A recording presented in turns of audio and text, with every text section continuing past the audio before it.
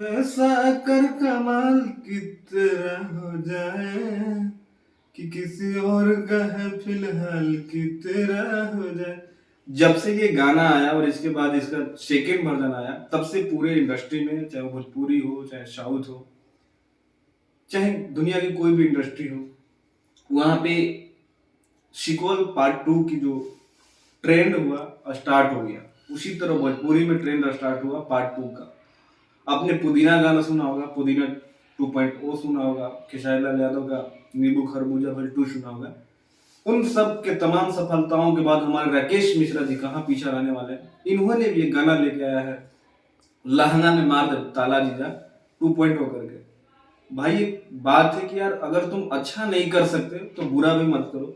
कितना बढ़िया गाना था पहला वाला, और अभी तक उस गाने को लोग प्यार देते हैं, सुनते हैं और मजाक करते हैं। इवन जब वो गाना आया था तो मुझे भी लगता है कि कम से कम 2012 में उस गाने को सुना था। उस गाने का जो लिरिक्स था, जो उस गाने का जो धुन था, अलग ही लेवल का था। राकेश मिश्रा उस गाने से एक अलग उपलब्धियां बनाए थे भोजपुरी में। लेकिन इस बार का जो लहंगा में मार दे ताला जीजा 2.0 वो लेके आए हैं खुशी राज के साथ। मतलब कहते हैं कि ना बनाए हो तो अच्छा होता है यार, इसका दूसरा टाइटल दे दिए होते बहुत अच्छा लगता है। बट उस गाने से ना इनका धुन मिल रहा है, ना उस गाने का 10% भी नहीं है गाना यार।